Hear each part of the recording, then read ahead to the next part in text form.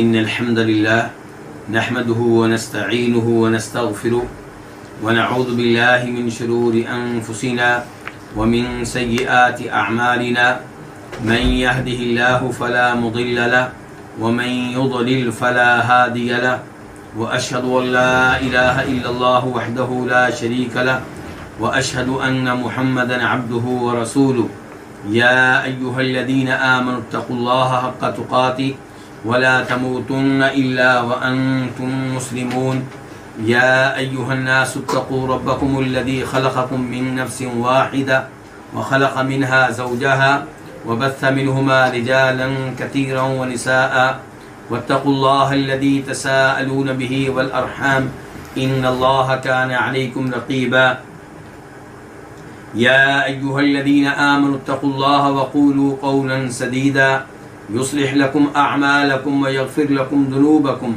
ومن يطع الله ورسوله فقد فاز فوزا عظيما أما بعد فإن خير الحديث كتاب الله وخير الهدي هدي محمد صلى الله عليه وسلم وشر الأمور محدثاتها وكل محدثة بدعة وكل بدعة ضلالة وكل ضلالة في النار.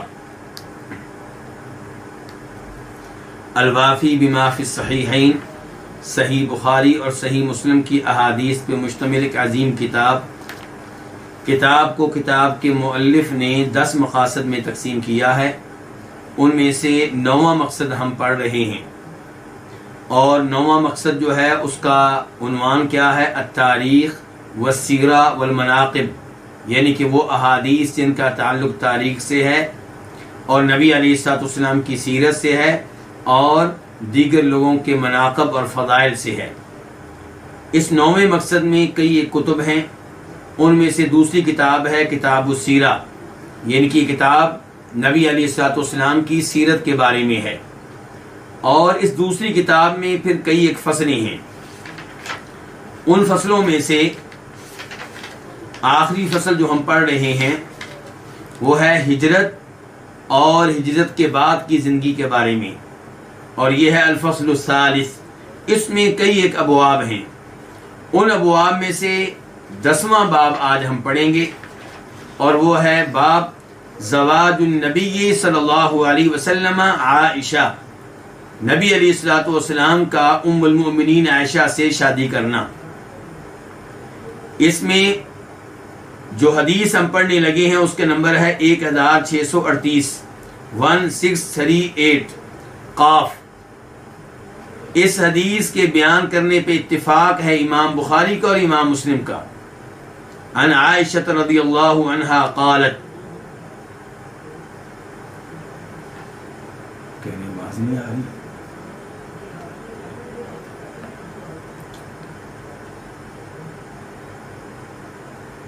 عبد المحسن بھائی اب آواز آ رہی ہے؟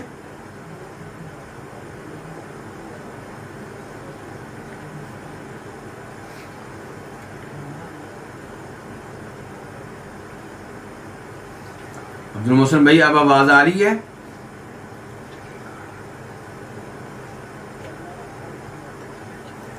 آپ دیکھیں عبد المحسن بھائی آواز آ رہی ہے؟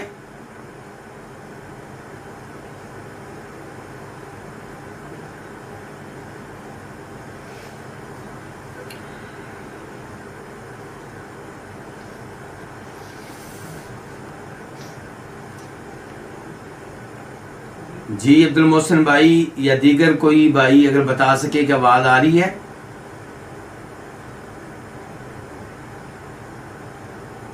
السلام علیکم. جی شیخ آواز آ رہی ہے.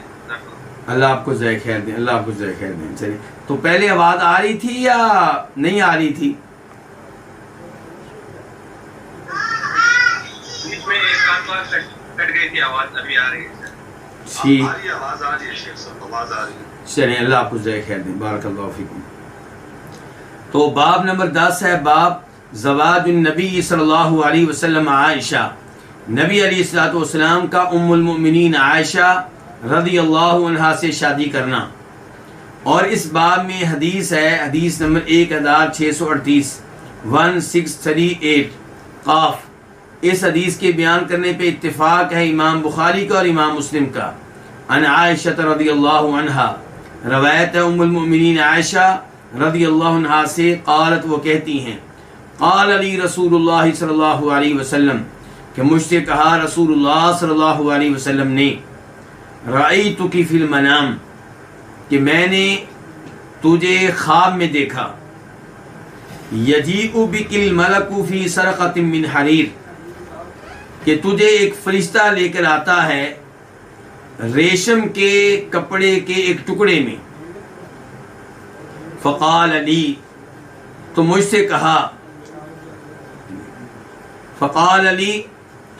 کہا ہذہ امرأتک یعنی کہ اس فرشتے نے مجھ سے کہا ہذہ امرأتک کہ یہ آپ کی وائف ہیں، یہ آپ کی بیوی ہیں، فکشفت عن وجہک الثوب تو میں نے تمہارے چہرے سے کپڑا ہٹایا، فإذا ہی انتی تو اچانک وہ تم تھیں، فقلت تو میں نے کہا ان یک ھذا اگر یہ ہوگا من عند اللہ اللہ کی طرف سے تو یمضیہ اللہ اس کو مکمل کر دے گا، اللہ اس کو پایا تکمیل تک پہنچا دے گا۔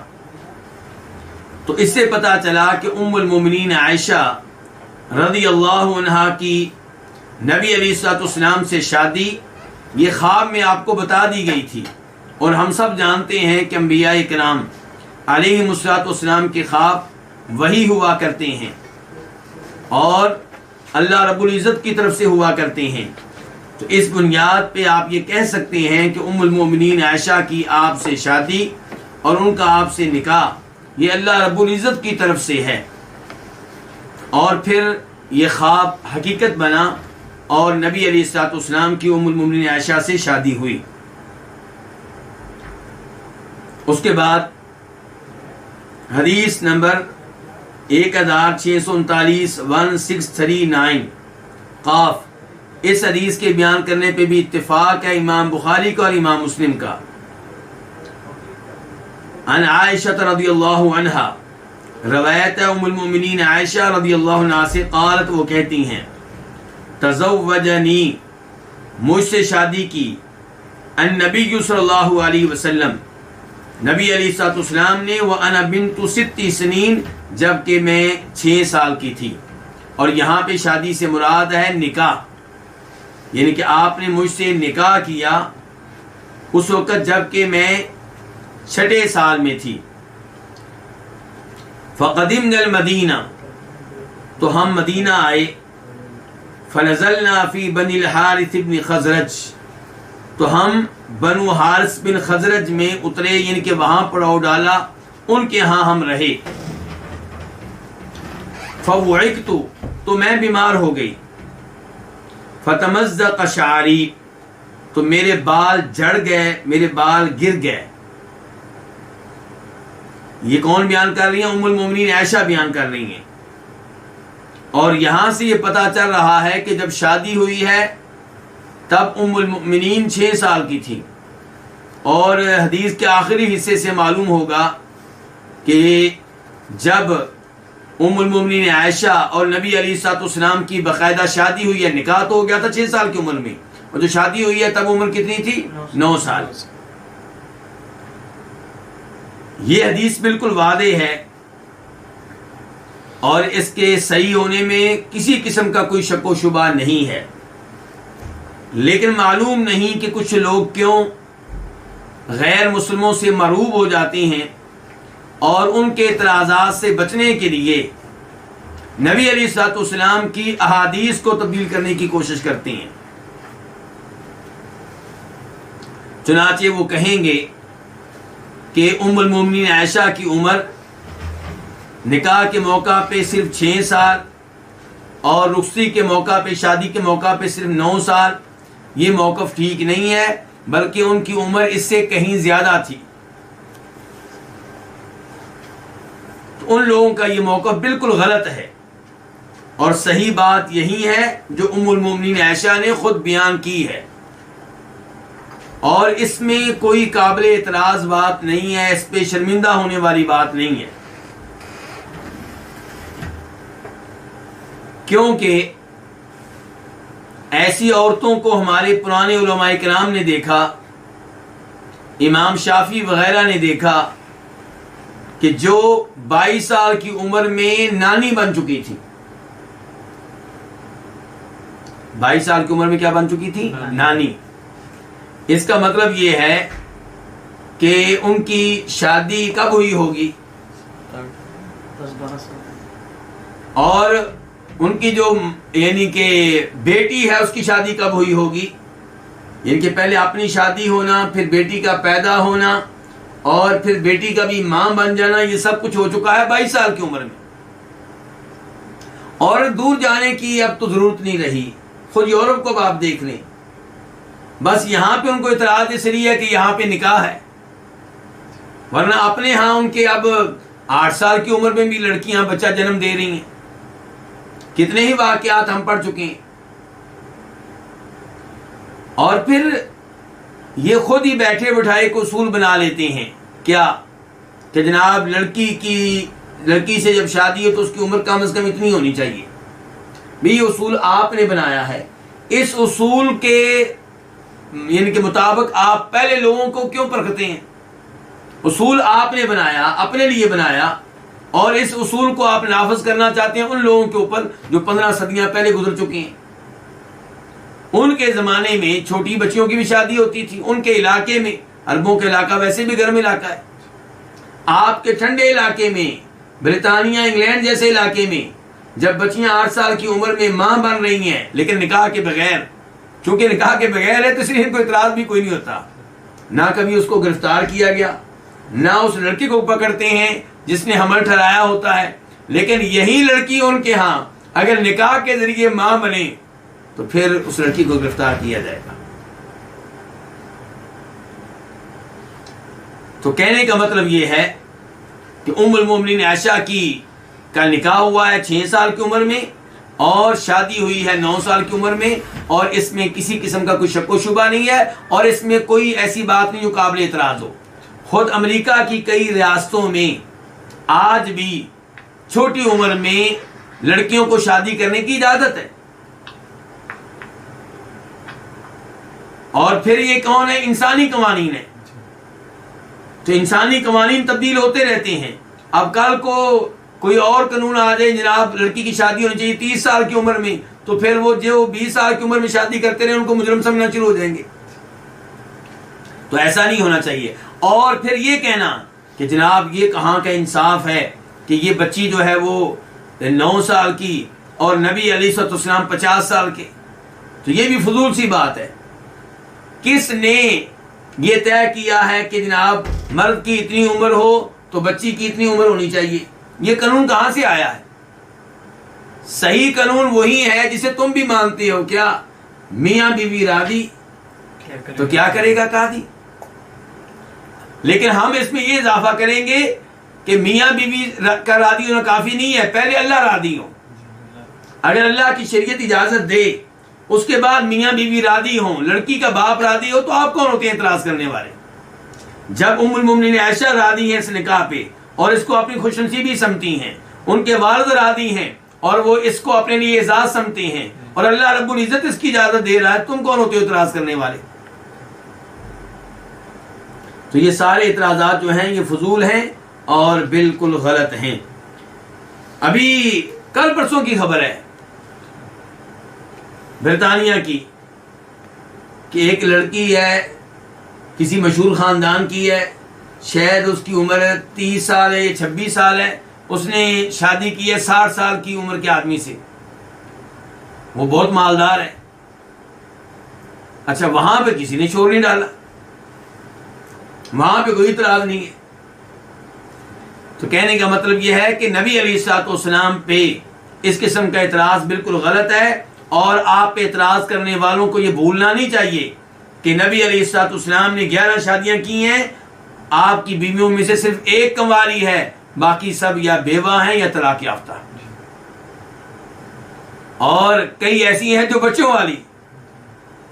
اگر نبی علیہ الصلوۃ والسلام جنسی خواہش رکھنے والے ہوتے، یعنی کہ شادیوں کا مین مقصد یہ ہوتا، تو پھر آپ طرح طرح کی کنواری لڑکیاں، خوبصورت ترین لڑکیاں جمع کر لیتے۔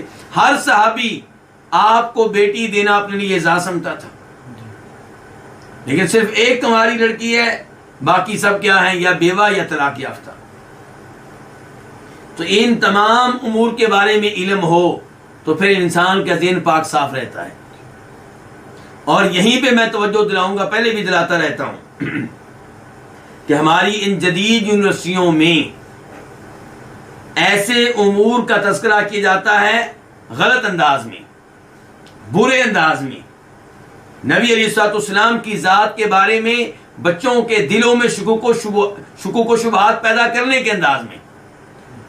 اچھا، اب باقی باتیں جو میں نے ذکر کی ہیں، علماء کرام ذکر کرتے ہیں، وہ ذکر نہیں کی جاتی۔ شکوک و شبہات بچے کے دل میں چھوڑ دیے جاتے ہیں۔ ایک شبہ اس کے دل میں آج ڈال دیا گیا، ایک پھر مہینے کے بعد، ایک پھر 4 مہینے کے بعد، 4-5 سال یونیورسٹی میں جب پڑھ کے فارغ ہوگا تب تک وہ ایمان کی دولت سے محروم ہو چکا ہوگا۔ کیونکہ جو اپنے نبی پہ شک کرے، اپنے رب کے قوانین اور اصولوں کے بارے میں شک کرے، چاہے کسی ایک اصول پہ شک کرے، مسلمان نہیں رہتا۔ مومن وہ ہے جو اللہ کی بتائی ہوئی ہر بات کو مانے اور نبی علیہ الصلوۃ والسلام کی بتائی ہوئی ہر بات کو مانے، اس کی تائید کرے، اللہ کے رسول سے 100% اپنے دل میں راضی ہو اور کوئی اس کے دل میں ان کے بارے میں ملال یا اعتراض یا شک یا شبہ نہ ہو۔ تو بہرحال یہاں پہ ام المومنین کہہ رہی ہیں کہ مجھ سے آپ نے شادی کی، مراد کیا یہاں پہ شادی سے؟ نکاح۔ وَأَنَا بِنْتُ 6 سنین، جبکہ میں 6 سال کی بیٹی تھی، ان کے 6 سال میں داخل ہو چکی تھی۔ فَقَدِمْنَا الْمَدِينَةَ، تو ہم مدینہ آئے۔ فَنَزَلْنَا فِي بَنِي الْحَارِثِ بْنِ خَزْرَجَ، تو ہم نے پڑاؤ ڈالا، ہم نے رہائش اختیار کی بنو حارث بن خزرج میں، یعنی کہ اس قبیلے میں۔ فَوْعِكْتُ، فرماتی ہیں مجھے بخار ہو گیا۔ فَتَمَزَّقَ شَعْرِي، تو میرے بال گر گئے، جڑ گئے۔ فَوَفَا جُمَيْمَةً، تو وہ پہنچ گئے جمیمتن، کندھوں تک۔ یہاں بات مختصر کر دی گئی ہے، مراد یہ کہ پہلے بال جڑ گئے، پھر جب اگنا شروع ہوئے، دوبارہ آنا شروع ہوئے تو پہنچ گئے کہاں تک؟ کندھوں تک، یہ مراد ہے۔ یعنی کہ میرے بال جڑ گئے اور اس کے بعد وفا جمیمتن، کہاں تک پہنچ گئے؟ کندھوں تک۔ فَأَتَتْنِي أُمِّي أُمُّ رومان، تو میرے پاس میری والدہ ام رومان آئیں، یہ کہ جب میرے بال کندھوں تک پہنچ چکے تھے ان دنوں میں میرے پاس میری والدہ ام رومان آئیں۔ ام رومان کا نام کیا ہے؟ زینب الفراسیہ۔ وَإِنِّي لَفِي أُرْجُوحَةٍ، جبکہ میں جھولے میں تھی، میری والدہ میرے پاس آئی تو میں جھولا لے رہی تھی۔ وَمَعِيَ صَوَاحِبُ لِي، اور میرے ساتھ میری سہیلیاں بھی تھیں، یعنی کہ میں اور میری سہیلیاں جھولا لے رہی ہیں، کھیل رہی ہیں۔ فَصَرَخَتْ بِي، تو میری والدہ نے مجھے زور سے آواز دی۔ فَأَتَيْتُهَا، تو میں ان کے پاس آئی۔ کن کے پاس؟ والدہ کے پاس۔ لا ادری، میں نہیں جانتی تھی، ما تريد بی، کہ وہ مجھ سے کیا چاہتی ہیں، مجھے کیوں بلا رہی ہیں۔ فَأَخَذَتْ بِيَدِي، انہوں نے میرے ہاتھ کو پکڑا۔ حَتَّى أَوْقَفَتْنِي عَلَى بَابِ الدَّارِ، یہاں تک کہ انہوں نے مجھے کھڑا کر دیا گھر کے دروازے پہ، باہر سے لا کر گھر کے دروازے پہ کھڑا کر دیا۔ وَإِنِّي لَأُنْهَجُ، اور بے شک میرا سانس پھولا ہوا تھا، کھیل رہی تھی نا، جھولے لے رہی تھی تو میرا سانس پھولا ہوا تھا۔ حتی سکن بعض نفسی، یہاں تک کہ میرا کچھ سانس جو ہے وہ ٹھہر گیا۔ ثم اخذت شیئا من ماء، پھر میری والدہ نے کچھ پانی لیا۔ فمسحت به وجہی ورأسی، تو اس پانی کے ساتھ میرے چہرے کو اور میرے سر کو صاف کیا۔ ثم ادخلتنی الدار، پھر مجھے گھر میں، پہلے کہاں تھی؟ گھر کے دروازے پہ تھی، پھر مجھے گھر میں داخل کر دیا۔ فَإِذَا نِسْوَةٌ مِّنَ الْأَنصَارِ فِي الْبَيْتِ، تو اچانک کچھ انصاری عورتیں گھر میں موجود تھیں۔ اچانک سے مراد یہ کہ میری توقع کے خلاف، مجھے نہیں امید تھی کہ اس موقع پہ ہمارے گھر میں کوئی عورتیں ہوں گی، تو اچانک کچھ انصاری عورتیں گھر میں موجود تھیں. فقلنا، تو وہ کہنے لگی علی الخیر والبرکہ، خیر و برکت پہ آئی ہو، خیر و برکت پہ آئی ہو، وعلی خیر طائر، اور اچھے نصیبوں پہ آئی ہو. گویا کہ مبارکباد دے رہی ہیں اور دعائیں بھی دے رہی ہیں، کہہ رہی ہیں تم خوش نصیب ہو، بڑا بابرکت کام ہے جو تمہارے ساتھ ہونے والا ہے، خیر کا کام ہے جو تمہارے ساتھ ہونے والا ہے. فَأَسْلَمَتْنِي إِلَيْهِنَّ، تو میری ماں نے مجھے ان کے سپرد کر دیا. کن کے؟ انصاری عورتوں کے. فَأَصْلَحْنَ مِنْ شَأْنِي، تو انہوں نے میری حالت کو ٹھیک کیا.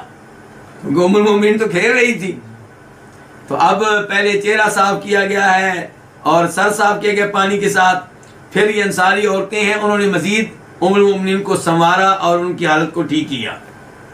فرماتی ہیں فلم یرعنی الا رسول اللہ صلی اللہ علیہ وسلم ضحا، تو مجھے نہیں خوف زدہ کیا مگر نبی علیہ الصلوۃ والسلام نے چاش کے وقت، کہ اچانک یعنی کہ میرے پاس کون پہنچ گئے؟ نبی علیہ الصلوۃ والسلام پہنچ گئے، تو میں تو خوف زدہ ہوگی ایک دفعہ. اور یہ بھی کوئی بڑی بات نہیں ہے، آج بھی وہ عورتیں جن کی 20 سال عمر ہوتی ہے، ان کے پاس بھی جب ان کا خاوند داخل ہوتا ہے پہلی بار تو وہ ڈر رہی ہوتی ہیں. کوئی اس جملے سے غلط مطلب نہ نکالے، ہو سکتا ہے کوئی لبرل اٹھے اور کہے دیکھیں جی بچی بیچاری ڈری ہوئی تھی. تو جو باحیا عورتیں ہیں ان کی شادی آپ 25 سال کی عمر میں بھی کریں تو وہ اس موقع پہ ڈری ہوتی ہیں جب پہلی بار خاوند آتا ہے، کیونکہ طرح طرح کے خیالات ہوتے ہیں کہ ایک نئے آدمی سے واسطہ پڑنے والا ہے، معلوم نہیں زندگی کیسے گزرے گی، کیا ہوگا، کیسا اس کا مزاج ہے، کیسی اس کی طبیعت ہے. تو آج بھی آپ تجربہ کر لیں، پوچھ لیں ان عورتوں سے جن کی شادیاں ہو چکی ہیں، جب ان کی شادیاں ہوئی تھیں تو اس وقت جب خاوند پہلی بار کمرے میں داخل ہوا تھا تو ان کی حالت کیا تھی؟ ڈری ہوئی تھی، سہمی ہوئی تھی. شرط یہ ہے کہ لڑکی کون ہو؟ باحیا، کوئی بے شرم اور آوارہ لڑکی نہ ہو. تو ام المؤمنین جو ہے وہ فرماتی ہیں فلم یرعنی الا رسول اللہ صلی اللہ علیہ وسلم ضحا، تو مجھے نہیں خوف زدہ کیا مگر نبی علیہ السلام نے چاش کے وقت، کیونکہ علم کے بغیر آ رہے تھے، پہلے سے ذہن بھی تیار نہیں تھا. فاسلمتنی الیہ، تو ان عورتوں نے مجھے سپرد کر دیا کس کے؟ نبی علیہ الصلوۃ والسلام کے. وانا یومئذ بنت 9 سنین، اور میں ان دنوں 9 سال کی تھی، 9ویں سال میں داخل ہو چکی تھی. تو یہ جب شادی ہوئی ہے تب ہجرت کا پہلا یا دوسرا سال تھا اور شوال کا مہینہ تھا، کیونکہ ام المومنین دوسرے حدیث میں فرماتی ہیں کہ میرا نکاح بھی شوال کے مہینے میں ہوا ہے اور میری رخصتی بھی شوال کے مہینے میں ہوئی ہے.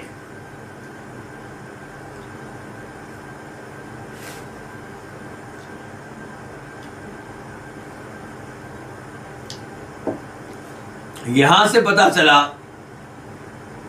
کہ کوئی بھی والد اپنی چھوٹی بچی کا نکاح کر سکتا ہے اگرچہ ابھی وہ بالغ نہ ہوئی ہو، کیونکہ جب ام المومنین 6 سال کی تھی تو اس موقع پہ بالغ نہیں تھی. تو والد کو حق حاصل ہے، لیکن یہ حق کس کو حاصل ہے؟ والد کو، کیونکہ والد سے زیادہ اپنی بیٹی کا کوئی خیر خواہ نہیں ہوتا. وہ اگر 6 سال کی عمر میں نکاح کر رہا ہے، 7 سال کی عمر میں نکاح کر رہا ہے، تو اسی لیے کہ اس کو کوئی اچھا لڑکا مل گیا ہے، وہ سمجھتا ہے کہ یہ موقع پھر ایسا موقع شاید نہ آئے، یہ موقع ہاتھ سے نکلنے نہ پائے. تو نابالغ بچی کا نکاح کیا جا سکتا ہے، لیکن جب وہ بچی بالغ ہوگی تو بالغ ہوتے ہی اسے اختیار ہوگا کہ کیا وہ اسی خامن کے ساتھ رہنا چاہتی ہے یا اس کو چھوڑنا چاہتی ہے. اگر بالغ ہوتے ہی اپنا اختیار استعمال کر لے اور کہے کہ میں نہیں رہنا چاہتی تو کوئی مسئلہ نہیں ہے، لیکن اگر اختیار استعمال نہ کرے، سال کے بعد کہے، 2 سال کے بعد، نہیں، اب آپ کے پاس اختیار نہیں رہا. جب آپ بالغ ہوئی تھی تب آپ کے پاس اختیار تھا.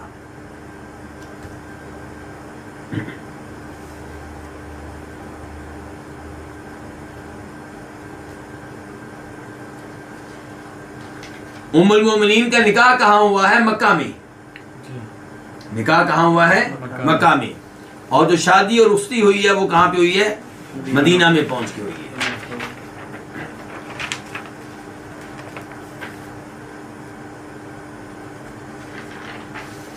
اس کے بعد الفصل الرابع، چوتھی فصل، وہ کیا ہے؟ غزوۃ بدر وما بعدها. غزوہ بدر اور اس کے بعد کے نبی علیہ الصلوۃ والسلام کے حالات اور آپ کی سیرت. باب نمبر 1، باب فضل من شہد بدرن، اس کی فضیلت جو بدر میں حاضر ہوا، جو بدر کی لڑائی میں شریک ہوا، یعنی کہ ان صحابہ کرام کی فضیلت جو بدر کی لڑائی میں شریک ہوئے. حدیث نمبر 1640، 1640 میم. اس حدیث کو روایت کرنے والے امام کون سے؟ امام مسلم. عن جابر، روایت ہے جناب جابر بن عبداللہ سے، ان عبدا لحاطب جاء رسول اللہ صلی اللہ علیہ وسلم یشکو حاطبا، کہ حاطب بن ابی بلتا کا غلام نبی علیہ الصلوۃ والسلام کے پاس اس حال میں آیا کہ وہ حاطب کی شکایت کر رہا تھا، یعنی کہ حاطب مجھے تنگ کرتے ہیں اور میرے اوپر بڑا ظلم کرتے ہیں، میرے اوپر بڑی زیادتی کرتے ہیں. یہ کون کہہ رہا ہے؟ حاطب کا غلام. فقال، چنانچہ اس غلام نے کہا، یا رسول اللہ، اے اللہ کے رسول، لَيَدْخُلَنَّ حَاطِبٌ النَّارِ، یقیناً حاطب جہنم کی آگ میں داخل ہوگا، یہ جہنم میں جائے گا، میرے اوپر اتنا ظلم کرتا ہے، اتنی زیادتی کرتا ہے. فقال رسول اللہ صلی اللہ علیہ وسلم، تو فرمایا نبی علیہ الصلوۃ والسلام نے، کذبتا، تو نے غلط کہا ہے، لا يدخلها، وہ جہنم میں داخل نہیں ہوگا. فإنه شهد بدرا والحدیبیہ، کیونکہ وہ بدر کی لڑائی میں شریک ہوا ہے اور وہ حدیبیہ میں بھی شریک ہوا ہے، یعنی کہ بیعت رضوان. اس حدیث سے ایک تو پتہ چلا کہ بدر کی لڑائی کا اسلام میں مقام و مرتبہ بہت ہی بلند و بالا ہے. جن صحابہ کرام کو اس غزوے میں، اس جنگ میں شریک ہونے کا موقع ملا، ان کی شان صحابہ کرام میں بہت بلند ہے، ان کا مقام و مرتبہ بہت بلند ہے. اتنا بلند ہے کہ حاطب سے اگر کبھی کوئی غلطی ہوئی ہے یہاں پہ بھی، اور آپ کو یاد ہوگا کہ حاطب رضی اللہ عنہ نے جب کہ نبی علیہ الصلوۃ والسلام فتح مکہ کے لیے مکہ جانا چاہ رہے تھے اور آپ چاہتے تھے مکہ والوں کو پتہ نہ چلے، ان کو تب پتہ چلے جب مسلمان مکہ میں داخل ہو چکے ہوں. لیکن حاطب نے کیا کیا تھا؟ لیٹر لکھا تھا اہل مکہ کے نام کہ نبی علیہ الصلوۃ والسلام آنا چاہتے، حملہ کرنا چاہتے ہیں. حاطب نے ایک لیٹر ایک عورت کو دیا، وہ عورت مکہ جا رہی تھی. نبی علیہ الصلوۃ والسلام کو اطلاع مل گئی وحی کے ذریعے، تو آپ نے جناب علی اور ان کے ساتھیوں کو بھیجا اور اس عورت سے وہ لیٹر نکلوا لیا گیا. تو بہرحال یہ اطلاع پہنچ نہیں سکی، لیکن جناب حاطب کا کافروں کو اطلاع دینا، نبی علیہ السلام کا راز بتانا، یہ کوئی معمولی بات نہیں ہے. لیکن چونکہ حاطب اللہ کے رسول کے عظیم صحابی ہیں اور وہ صحابی ہیں جن کو بدر کی لڑائی میں شرکت کا موقع ملا ہے، اس لیے جناب حاطب کو نہ اس وجہ سے سزا دی گئی، نہ کو ان پہ سخت فتویٰ لگایا گیا، نہ ان کو کافر قرار دیا گیا، اور نہ ہی کو اور ان کو تنگ کیا گیا. بلکہ نبی علیہ الصلوۃ والسلام نے اس موقع پہ کہا تھا ان لوگوں سے جو کہہ رہے تھے اللہ کے رسول یہ حاطب منافق ہو گیا ہے، یہ آپ کے راز کافروں کو بتا رہا ہے، آپ ہمیں اجازت دیں ہم اس کی گردن اتارتے ہیں، اس کو قتل کرتے ہیں. تو آپ نے کہا تھا وما یدریک، حاطب کو قتل کرنے کی اجازت مانگنے والے تجھے کیا پتا کہ بدریوں کا کیا مقام ہے. اللہ رب العزت نے بدریوں سے کہہ دیا اعملوا ما شئتم، جو چاہو تم عمل کرو، فقد غفرت لکم، میں نے تمہیں معاف کر دیا. اس سے آپ اندازہ کر سکتے ہیں کہ بدریوں کا مقام و مرتبہ کتنا اونچا ہے، اور اس سے معلوم ہو رہی ہے شان کس کی؟ جناب حاطب کی. تو غزوہ بدر کی شان بھی اور غزوہ بدر میں شریک ہونے والے صحابہ کرام کی شان بھی اور جناب حاتب کی شان بھی، ان تمام کی شان معلوم ہو رہی ہے اس حدیث سے۔ یہاں سے ہمیں ایک مسئلہ بھی معلوم ہوا، وہ یہ کہ آپ جب کسی ایسے مسلمان کو دیکھیں جو کسی غلطی میں ہو، کسی گناہ کا ارتکاب کر رہا ہو، ظلم و زیادتی کر رہا ہو، تو جہنم کا فتویٰ نہ لگا دیں۔ ہو سکتا ہے جو وہ کام کر رہا ہے اس کی سزا جہنم ہی ہو، لیکن یہ بھی تو ممکن ہے کہ اللہ معاف کر دے، بنتی سزا یہی ہو، لیکن ہو سکتا ہے وہ توبہ کر لے مرنے سے پہلے، ہو سکتا ہے اس نے اسلام کے لیے اور اللہ تعالیٰ کو راضی کرنے کے لیے اتنے بڑے کارنامے سر انجام دیے ہوں کہ ان کارناموں کی وجہ سے اللہ رب العزت اس کو معاف کر دے۔ اور یہی صورتحال ہے صحابہ کرام کی۔ صحابہ کرام رضوان اللہ علیہم اجمعین کے بارے میں علماء کرام یہی کہتے ہیں، امام ابن تیمیہ کی آپ عبارات پڑھ لیں، وہ کہتے ہیں کہ صحابہ کرام اگرچہ ان میں سے کئی ایک سے چند غلطیاں ہوئی ہیں، لیکن آپ ان کے کارناموں کی طرف دیکھیں، ان کا جہاد کرنا، ان کا نبی علیہ السلام کی اقتداء میں نمازیں پڑھنا، ان کا آپ کے ساتھ حج کرنا، اور ان کا مشکل ترین حالات میں اللہ کی راہ میں مال خرچ کرنا، یہ ان کے ایسے کارنامے ہیں جن کی وجہ سے امید ہے کہ یہ ان کی چند غلطیاں اللہ تعالیٰ معاف کر دیں گے۔ دوسرے نمبر پہ آپ یہ دیکھیں کہ انہوں نے توبہ کی، وہ استغفار کرتے رہتے تھے، اور توبہ استغفار سے ہر گناہ معاف ہو جاتا ہے۔ تیسرے نمبر پہ آپ دیکھیں اللہ کی رحمت کو۔ تو ان تمام امور کو جب آپ دیکھیں گے تو پھر آپ کو صحابہ کرام کی بھی شان معلوم ہوگی، اور آج کل کے مسلمانوں کے بارے میں بھی آپ بالتحدید فتویٰ لگانے سے گریز کریں گے۔ عام بات کی جا سکتی ہے کہ جو کسی مسلمان کو جان بوجھ کے قتل کرے وہ جہنم میں جائے گا، لیکن نام لے کے کہنا کہ چونکہ اس مسلمان نے فلاں مسلمان کو قتل کیا ہے جان بوجھ کے اس لیے یہ جہنمی ہے، تو یہ الفاظ غلط ہیں۔ یہی الفاظ کہے تھے حاتب کے غلام نے کہ یہ میرے اوپر ظلم و زیادتی کرتا ہے، یہ جہنم میں جائے گا۔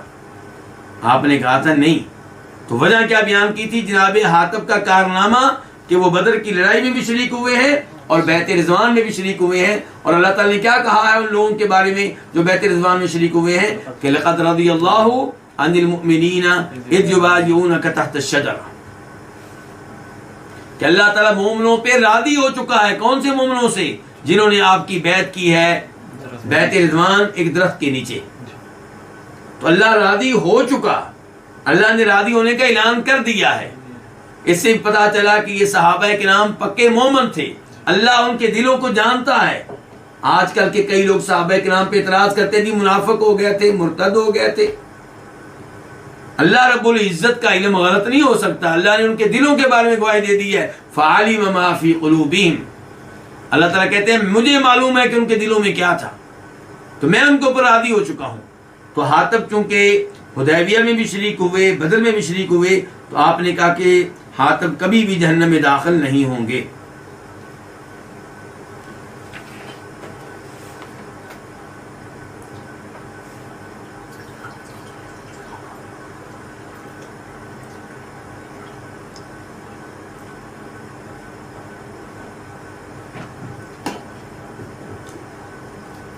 اس کے بعد باب نمبر 2،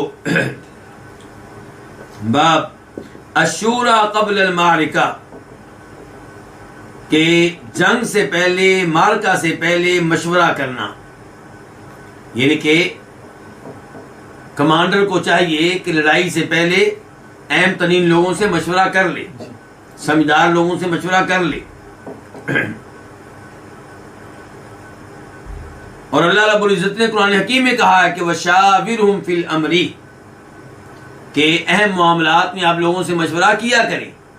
جب نبی علیہ الصلوۃ والسلام کو مشورہ کرنے کا حکم دیا جا رہا ہے تو آج کل کے کمانڈر، آج کل کے حکمران، انہیں بدرجہ اولا عقل مند لوگوں سے اہم معاملات میں مشورہ کرنا چاہیے۔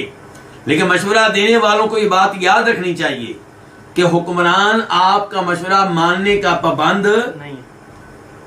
آپ مشورہ دیں، کئی باتیں جو اس کے ذہن میں نہیں ہوں گی آپ کے ذریعے اس کے ذہن میں آ جائیں گی، لیکن جب وہ ایک رائے لے گا تو ضروری نہیں کہ وہ آپ کی رائے لے یا اکثریت کی رائے لے.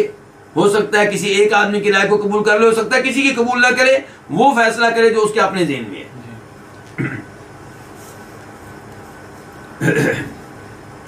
حدیث نمبر 1641 1641 خا. اس حدیث کو روایت کرنے والے امام کون سے؟ امام بخاری. عن ابن مسعود قال, روایت ہے جناب عبداللہ بن مسعود رضی اللہ عنہ سے, وہ کہتے ہیں شہدت من المقداد ابن الاسود مشہدا, میں مقداد بن اسود کے ایک کارنامے میں موجود تھا. مقداد بن اسود کے ایک کارنامے میں میں حاضر تھا, میں موجود تھا. یہ کون کہہ رہے ہیں میں موجود تھا؟ عبداللہ بن مسعود. یہ مقداد بن اسود جو ہیں, مقداد بن اسود کا معنی یہ ہوا کہ مقداد جو کہ اسود کے بیٹے ہیں, جبکہ حقیقت میں اسود ان کے والد نہیں ہیں. اسود نے ان کو اپنا بیٹا بنا لیا تھا. ان کے والد کا نام ہے عمر. تو یہ اصل میں کون ہے؟ مقداد بن عمر بن ثعلبہ الکندی. اور یہ جو ان کو بیٹا بنایا گیا ہے, یہ زمانے جاہلیت میں کام ہو چکا تھا.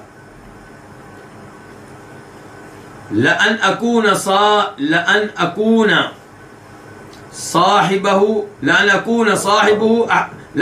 صَاحِبَهُ أَحَبُّ إِلَيَّ مِمَّا عُدِلَ بِي. فرماتے ہیں جناب عبداللہ بن مسعود کہ میں یہ کارنامہ سر انجام دینے والا ہوتا, مجھے یہ چیز ہر اس چیز سے زیادہ محبوب ہے جس کے ساتھ اسے تولا جائے. مقداد بن اسود نے ایک کارنامہ سر انجام دیا تھا. میرا دل چاہتا ہے کہ کاش وہ کارنامہ میں نے سر انجام دیا ہوتا, اور اگر میں نے وہ کارنامہ سر انجام دیا ہوتا تو مجھے وہ کارنامہ ہر چیز سے بڑھ کر عزیز اور پیارا ہوتا.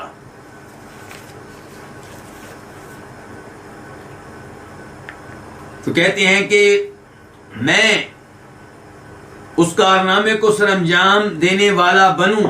احب الیہ, یہ مجھے زیادہ محبوب ہے ہر اس چیز سے, مما عدل بہ, جس کو اس کے مقابلے میں رکھا جائے. اب اس کی تفصیل بتاتے ہیں. پہلے اس کارنامے کی اہمیت بتا دی ہے. کہتے ہیں تن نبی صلی اللہ علیہ وسلم, وہ نبی علیہ الصلوۃ والسلام کے پاس آئے. کون؟ مقداد بن اسود. وَهُوَ يَدْعُو عَلَى الْمُشْرِكِينَ, جبکہ آپ مشرکین کے خلاف دعائیں کر رہے تھے. فقال, تو انہوں نے کہا, کنہوں نے؟ مقداد نے. اور یہ باتیں ہو رہی ہیں کس کی؟ غزوہ بدر کی. غزوہ بدر کی کا موقع ہے, اور آپ جانتے ہیں کہ غزوہ بدر کیسے ہوا. جب یہ چیز آپ کے ذہن میں ہوگی تو آئندہ باتیں سمجھنی آسان ہو جائیں گی. نبی علیہ الصلوۃ والسلام کو اطلاع ملی کہ ابو سفیان مکہ والوں کا ایک تجارتی قافلہ لے کر شام جا رہا ہے. تو اور مدینے کے پاس سے گزرے گا, بہت پاس سے نہیں لیکن بہرحال قریب ہے.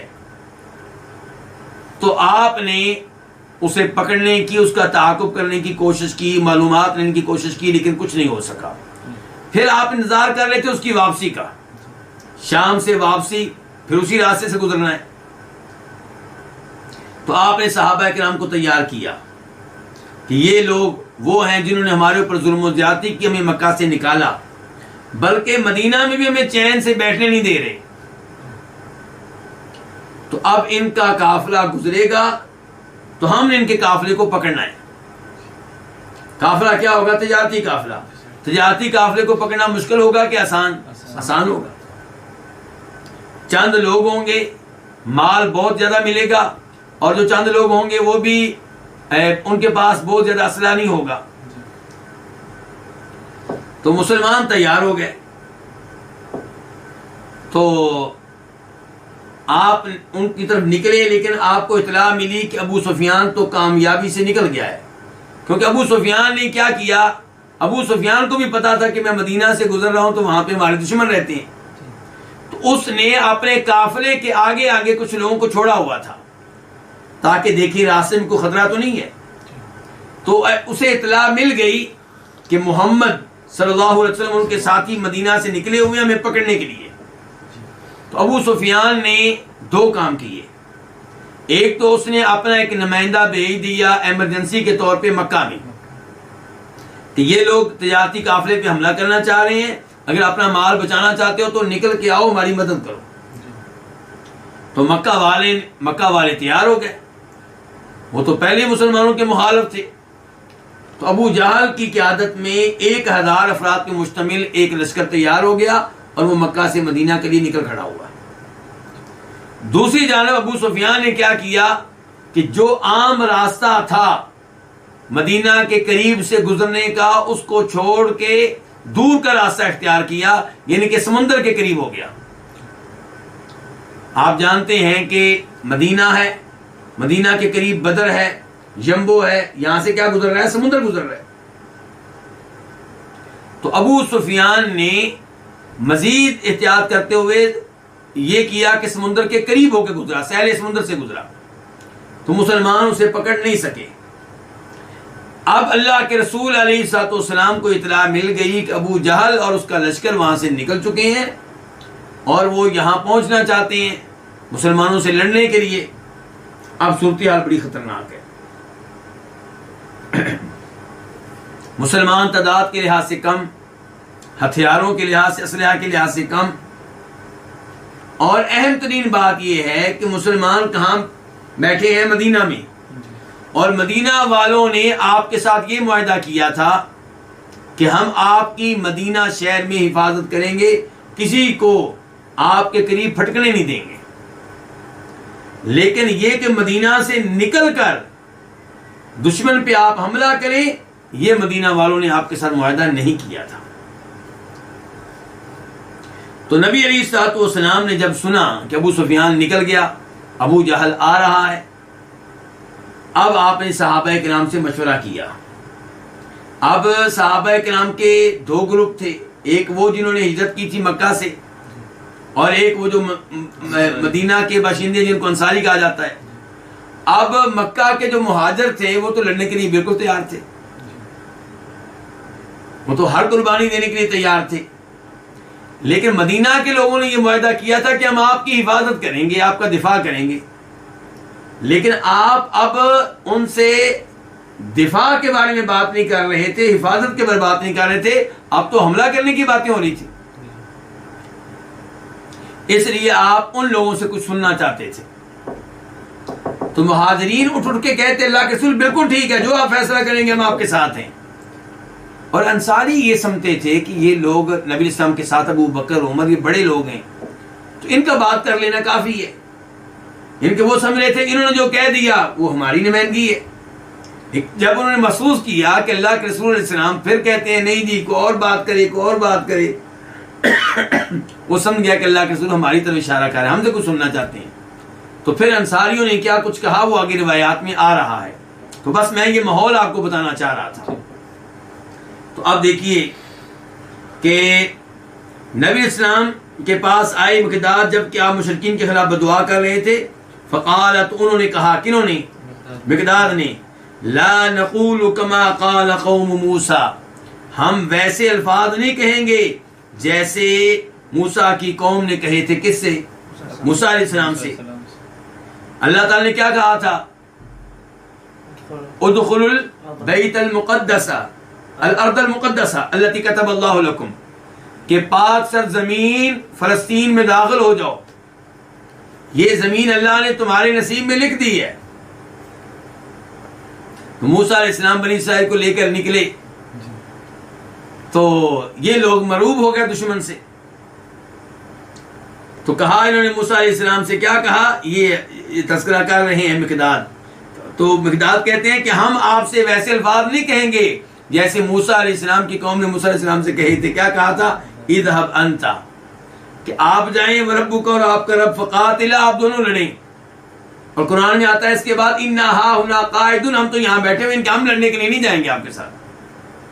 آپ اندازہ کیجئے نبی کا دل کس قدر دکھا ہوگا یہ الفاظ سن کر، کس قدر پریشان ہوئے ہوں گے الفاظ سن کر، کتنی تکلیف محسوس کی ہوگی الفاظ سن کر.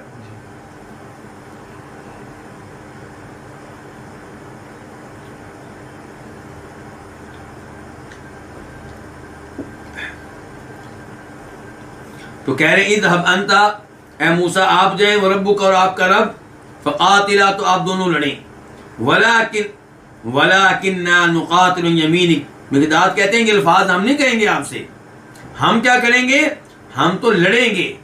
کس سے؟ دشمن سے. عن یمینی کا، آپ کے دائیں جانب کھڑے ہو کر، وعن شمالی کا، آپ کی بائیں جانب کھڑے ہو کر، وبین یدی کا، آپ کے سامنے سے بھی، وخلف کا، آپ کے پیچھے سے بھی. چاروں طرف سے آپ کا دفاع بھی کریں گے اور دشمن پہ حملہ بھی کریں گے. فرأیت النبی صلی اللہ علیہ وسلم، تو میں نے دیکھا نبی علیہ الصلوۃ والسلام کو. یہ کون کہہ رہے ہیں؟ عبداللہ بن مسعود کہہ رہے ہیں. میں نے دیکھا نبی علیہ السلام کو کہ اشرق وجہہ، آپ کا چہرہ چمک اٹھا، یعنی کہ مقداد بن اسود کے الفاظ سن کے آپ کا چہرہ چمک اٹھا. وسرہ، اور آپ کو ان الفاظ نے خوش کر دیا.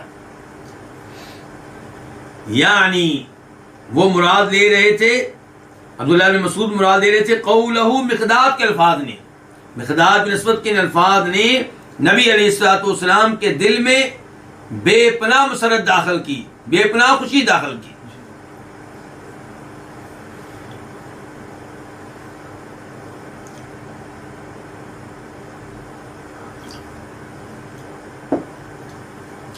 تو باب کیا تھا ہمارا کہ جنگ سے پہلے، مارکے سے پہلے مشورہ کرنا. اس کا مطلب یہ ہے کہ آپ صحابہ کرام سے مشورہ لے رہے تھے تو مقداد بن اسود نے یہ الفاظ کہے تھے. اس کے بعد تو اس حدیث سے بھی پتہ چلا صحابہ کرام کی عظمت کے بارے میں کہ وہ آپ کے دائیں بائیں آگے پیچھے ہر جگہ سے لڑنے کے لیے تیار رہتے تھے، آپ کا دفاع کرنے کے لیے تیار رہتے تھے، آپ کے حکم کی تعمیل کرنے کے لیے تیار رہتے تھے. حدیث نمبر 1642 1642 میم. اس حدیث کو روایت کرنے والے امام کون سے امام ہیں؟ مسلم. عن انس، روایت ہے کس سے؟ انس بن مالک رضی اللہ عنہ سے، ان رسول اللہ صلی اللہ علیہ وسلم شاور، کہ بے شک رسول اللہ صلی اللہ علیہ وسلم نے مشورہ کیا. کس سے؟ اپنے صحابہ سے، اپنے ساتھیوں سے. کب؟ حین بلغہ اقبال ابی سفیان، جب آپ تک خبر پہنچی ابو سفیان کے آنے کی. کہاں سے آنے کی؟ شام سے آنے کی، تجارتی قافلہ لے کر.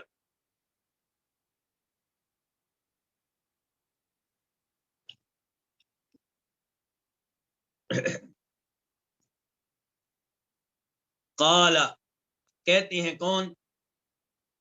حدیث کے راوی انس بن مالک رضی اللہ تعالیٰ کہتے ہیں فتکلم ابو بکر، تو جب آپ نے مشورہ کیا تو کیا ہوا؟ فتکلم ابو بکر، ابو بکر رضی اللہ عنہ نے گفتگو کی.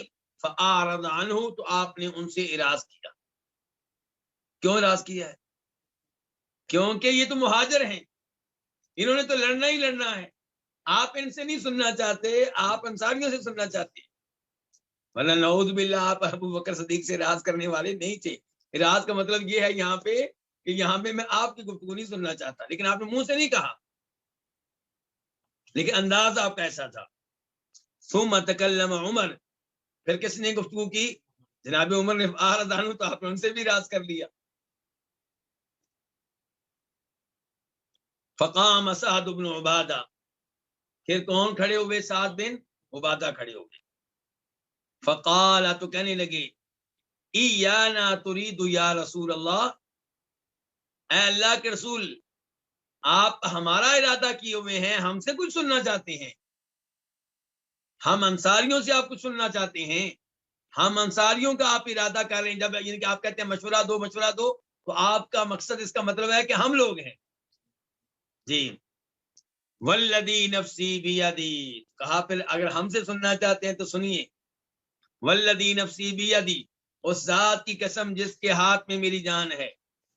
لو امرتنا، ان نخیضها البحر لاخذناها، اگر آپ ہمیں حکم دیں گے کہ ہم اپنے گھوڑوں کو سمندر میں داخل کریں، لاخذناها تو ہم ان کو سمندر میں داخل کر دیں. ولو امرتنا ان نضرب اکبادها الى برق الغماد لفعلنا، اور اگر آپ ہمیں یہ حکم دیں گے کہ ہم اپنے گھوڑوں کو دوڑائیں برق الغماد نامی جگہ تک، لفعلنا تو ہم یہ کام بھی کریں. سمندر میں گھوڑوں کو داخل کرنے کا حکم دیں گے تو آپ ہمیں تردد میں نہیں پائیں گے، پیچھے ہٹتا ہوا نہیں پائیں گے. اور اگر آپ کہیں کہ خشکی میں لڑنا ہے اور لڑتے لڑتے مکہ، کیا مکہ سے بھی آگے برق غماد تک پہنچنا ہے، مکہ سے آگے 5 راتیں مزید ادھر تک جانا ہے، ہم وہاں بھی جائیں. آپ حکم تو دیں. تو کتنی خوشی ہوئی ہوگی نبی علیہ الصلوۃ والسلام کو. تو برق غماد یہ جگہ کا نام ہے، مکہ سے آگے مزید 5 راتوں کے فاصلے پہ یہ واقعہ ہے.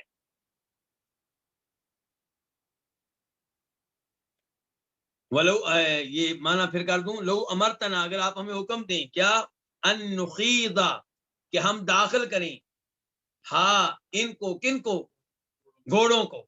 یعنی کہ اگرچہ گھوڑوں کا لفظ پہلے نہیں آیا لیکن یہاں پہ مراد گھوڑے ہی ہیں. اگر آپ ہمیں حکم دیں گے کہ ہم ان گھوڑوں کو داخل کریں سمندر میں، لأخذناها تو یقیناً ہم ان کو داخل کر دیں گے. ولو امرتنا اور اگر آپ ہمیں حکم دیں، ان نضرب اکبادها کہ ہم ماریں اکبادها ان کے جگروں پہ. کن کے جگروں پہ؟ گھوڑوں کے جگروں پہ. جب گھڑ سوار گھوڑے پہ بیٹھتا ہے تو گھوڑے کو دوڑانے کے لیے اپنی ٹانگیں مارتا ہے. کس پہ؟ اس کے گھوڑے پہ. تو وہ ٹانگیں کہاں لگ رہی ہوتی ہیں؟ عام طور پہ اس کے جگر پہ لگ رہی ہوتی ہیں. تو اس لیے کیا کہا جا رہا ہے، اگر آپ ہمیں حکم دیں گے کہ ہم ان کے جگروں پہ ماریں، یعنی کہ ہم ان کو دوڑائیں. کہاں تک دوڑائیں؟ الی برق الغماد، برق غماد نامی جگہ تک. لفعلنا یقیناً ہم یہ کام بھی کریں گے، لازمی طور پہ کریں گے. قال کہتے ہیں کون؟ انس راوی حدیث کے رضی اللہ تعالی عنہ. فندب رسول اللہ صلی اللہ علیہ وسلم الناس، تو نبی علیہ الصلوۃ والسلام نے لوگوں کو بلایا. فانطلقوا چنانچہ وہ چلے. حتی نزلوا بدرن، یہاں تک کہ انہوں نے کہاں پڑاؤ ڈالا؟ مقام بدر میں. بدر ایک جگہ کا نام ہے. اس کی مناسبت سے اس غزوے کو کیا کہا جاتا ہے؟ غزوہ بدر. یہ بنیادی طور پہ وہاں پہ ایک چشمہ تھا، ایک کنواں تھا، اس کی مناسبت سے اس غزوے کو غزوہ بدر کہا گیا. تو اب بدر میں کون پڑاؤ ڈال چکے ہیں؟ مسلمان. آگے دیکھیں اب. وَوَرَدَتْ عَلَيْهِمْ رَوَايَا قُرَيْشٍ، اور ان کے پاس آئے، کن کے پاس؟ مسلمانوں کے پاس. روایا قریش، قریش کے وہ اونٹ جو پانی بھرنے والے ہوتے ہیں. روایا یہ جمع ہے کس کی؟ یہ جمع ہے راویہ کی. وہ اونٹ جو پانی بھرنے کے لیے آئے، جس کے اوپر مشکیزہ لدا ہوا ہو اور مشکیزے میں پانی بھرنا ہے. تو ان کے پانی بھرنے والے اونٹ یہاں پہ مراد ہیں. وَوَرَدَتْ عَلَيْهِمْ، کیونکہ مسلمان جو تھے وہ پانی کے قریب بیٹھ چکے تھے، پانی پہ قبضہ کر چکے تھے. وَوَرَدَتْ عَلَيْهِمْ، تو مسلمانوں کے پاس آئے کون؟ روایا قریش، قریش کے پانی بھرنے والے اونٹ. وَفِيهِمْ غُلَامٌ أَسْوَدُ لِبَنِي الْحَجَّاجِ، اور ان میں ایک سیاہ رنگ کا غلام تھا. وہ کن کا غلام تھا جی؟ بنو الحجاج کا، حجاج قبیلے کا، بنو حجاج کا. فَأَخَذُوهُ، تو اس کو پکڑ لیا. کنہوں نے؟ مسلمانوں نے. فَكَانَ أَصْحَابُ رسول اللہ صلی اللہ علیہ وسلم يَسْأَلُونَهُ عَنْ أَبِي سفیان وَصَحَابِهِ، تو نبی علیہ الصلوۃ والسلام کے صحابہ کرام یسألونہ، اس سے سوال کرتے. کس سے؟ اس غلام سے. کس کے بارے میں؟ ابو سفیان اور اس کے ساتھیوں کے بارے میں. یہ کون سا قافلہ ہوا؟ تجارتی قافلہ. صحابہ کرام کی دلچسپی اس قافلے میں زیادہ تھی کیونکہ ان سے مقابلہ بھی آسان تھا اور فائدہ بھی زیادہ تھا. فیقول، تو وہ غلام کہتا مالی علم بی سفیان، ابو سفیان کے بارے میں میرے پاس کوئی معلومات نہیں ہے، میرے پاس کوئی علم نہیں ہے. ولیکن ھذا ابو جہل وعتبۃ وشیبۃ وامیۃ بن خلف، لیکن یہ ہیں ابو جہل، عتبہ، شیبہ، امیہ بن خلف، وہ یہاں پہ پڑاؤ ڈالے ہوئے ہیں. ابو سفیان کے بارے میں میرے پاس کوئی علم نہیں ہے، میرے پاس علم ہے ابو جہل کے لشکر کے بارے میں. تو ابو جہل اور عتبہ بن ربیعہ، شیبہ بن ربیعہ، امیہ بن خلف کا نام لیا. فَإِذَا قَالَ ذَلِكَ، جب وہ یہ کہتا، کون؟ غلام، تو ضربوہ، صحابہ کرام اس کی پٹائی کرتے، یعنی کہ ابو سفیان کے بارے میں معلومات نہیں دیتا اور ابو جہل کے بارے میں دیتا ہے. فقال، تو غلام کہتا نعم، ہاں، انا اخبرکم، میں تمہیں بتاتا ہوں، یعنی کہ مار کی وجہ سے وہ کہہ دیتا ٹھیک ہے میں تم کو بتاتا ہوں، ھذا ابو سفیان، یہ ابو سفیان ہے. حالانکہ ابو سفیان کے بارے میں واقعی اس کے پاس معلومات نہیں تھی، لیکن جب مار پڑتی تو اس کو کہنا پڑتا، وہ کہتا یہ ابو سفیان ادھر ہے. فَإِذَا تَرَكُوهُ، جب وہ اس کو چھوڑ دیتے، فَسَأَلُوهُ، اور پھر اس سے سوال کرتے، کس کے بارے میں؟ ابو سفیان کے بارے میں. فقال، تو دوبارہ کہہ دیتا مالی بی سفیان علم، میرے پاس ابو سفیان کے بارے میں کوئی علم نہیں ہے، کوئی معلومات نہیں ہے. ولیکن ھذا ابو جہل وعتبۃ وشیبۃ امیۃ بن خلف فی الناس، لیکن یہ ہیں ابو جہل، عتبہ، شیبہ، امیہ بن خلف فی الناس، لوگوں میں موجود ہے، یعنی کہ وہ قریشیوں کے سرداروں کا نام لیتا کہ یہ موجود ہے، ابو سفیان نہیں، اس کے بارے میں میرے پاس کوئی معلومات نہیں. فَإِذَا قَالَ هَذَا أَيْضًا ضَرَبُوهُ، جب وہ یہ بات کہتا پھر اس کی پٹائی کرتے. وَرَسُولُ اللَّهِ صلی اللہ علیہ وسلم قَائِمٌ يُصَلِّي، اور نبی علیہ السلام کھڑے تھے، نماز پڑھ رہے تھے. فَلَمَّا رَآ ذَلِكَ، تو جب آپ نے یہ صورتحال دیکھی، کیا صورتحال؟ کہ سچ بولتا ہے تو بیچارے کی پٹائی ہوتی ہے، جھوٹ بولتا ہے تو جان چھوٹتی ہے. فَلَمَّا رَآ ذَلِكَ، جب آپ نے یہ دیکھا تو انصرفا، آپ نے نماز سے پھرے، یعنی کہ سلام پھیرا، ان کی نماز مختصر کر دی اور جلدی سلام پھیر دیا. اچھا جی، یہاں پہ اچھا چل پہلے میں یہ الفاظ پڑھ لوں. قال، تو آپ نے کہا سلام پھیرنے کے بعد، والذی نفسی بیدی، اس ذات کی قسم جس کے ہاتھ میں میری جان ہے، لتضربوہ اذا صدقکم، البتہ تم اس کو مارتے ہو جب وہ تم سے سچ کہتا ہے، وتترکوہ اذا کذبکم، اور تم اسے چھوڑ دیتے ہو جب وہ تم سے جھوٹ کہتا ہے.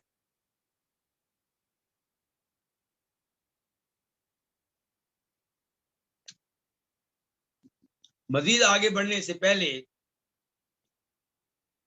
آپ یہاں پہ ایک بات تو یہ نوٹ کریں گے کہ صحابہ کرام عالم الغیب نہیں تھے، ورنہ اس غلام کی پٹائی نہ کرتے. اب آپ شاید کہیں ٹھیک ہے ہم مان لیتے ہیں صحابہ کرام نہیں تھے، لیکن یہ پھر مانے اللہ کے رسول عالم الغیب تھے. تو ہم کہیں گے کہ نبی علیہ الصلوۃ والسلام اللہ کے رسول تھے، اللہ کے نبی تھے. جو آپ کو غیبی بات بتا دی جاتی وہ آپ کو معلوم ہوتی تھی، جو نہ بتائی جاتی معلوم نہیں ہوتی تھی. اس لیے آپ کو عالم الغیب نہیں کہنا مناسب نہیں ہے، کیونکہ عالم الغیب وہ ہے جس سے کوئی بھی بات مخفی اور پوشیدہ نہ ہو، اور وہ ایک ہے، کون؟ اللہ رب العزت. اور یہ اللہ نے کہا ہے قل لا يعلم من في السماوات والارض الغیب الا اللہ، کہ اللہ کے سوا کوئی بھی عالم الغیب نہیں ہے. اس کے بعد دوسرے نمبر پہ یہاں سے مسئلہ یہ معلوم ہوا کہ نماز آپ لمبی پڑھنا چاہ رہے ہیں، لیکن کوئی مسئلہ بن جائے تو آپ نماز مختصر کر سکتے ہیں، اس میں کوئی حرج نہیں ہے.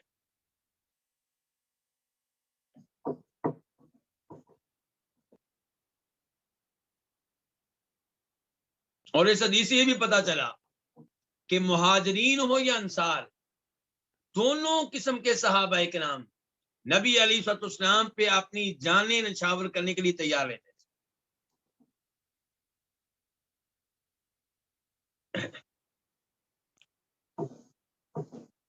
اس کے بعد حدیث کا آخری حصہ، قال، جناب انس فرماتے ہیں فقال رسول اللہ صلی اللہ علیہ وسلم، تو فرمایا نبی علیہ الصلوۃ والسلام نے، ھذا مصرع فلان، یہ فلاں شخص کے قتل ہونے کی جگہ ہے،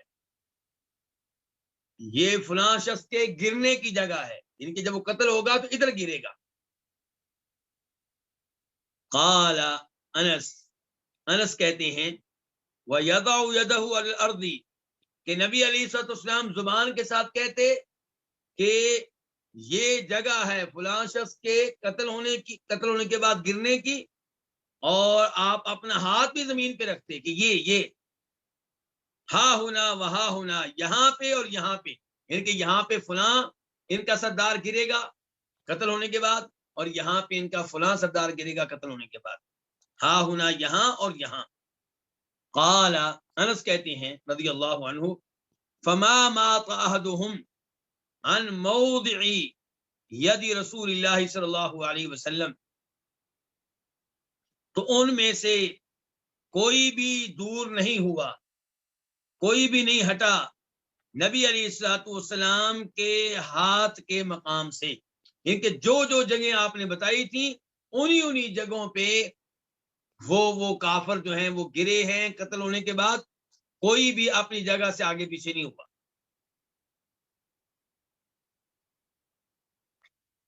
تو ایک تو یہ معجزہ ہوا کس کا؟ نبی علیہ الصلوۃ والسلام کا، کہ آپ نے پہلے سے بتا دیا کہ یہ کافر ادھر قتل ہوگا، یہ کافر قتل ہونے کے بعد ادھر گرے گا، بالکل ویسے ہوا۔ یہ دلیل ہے آپ کے سچے نبی ہونے کی۔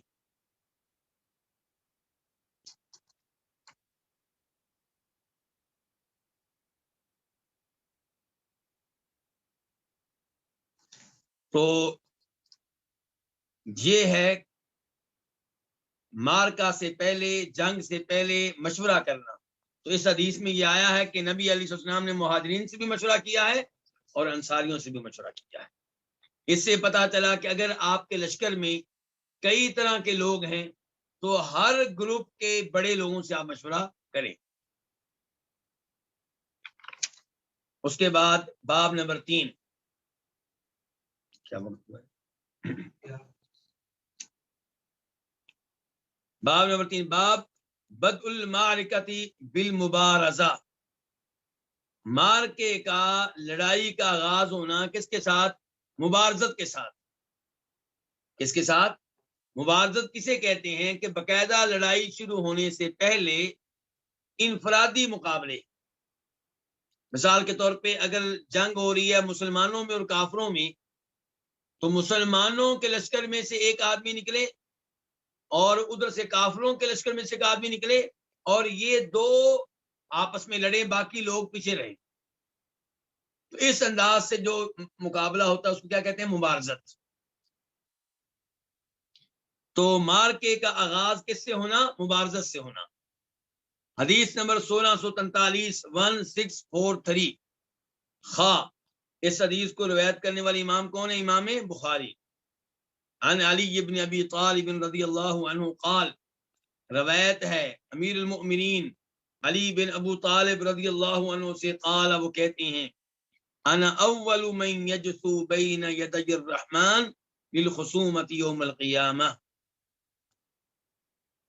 میں سب سے پہلے ہوں گا جو رحمان کے سامنے گھٹنوں کے بال بیٹھے گا۔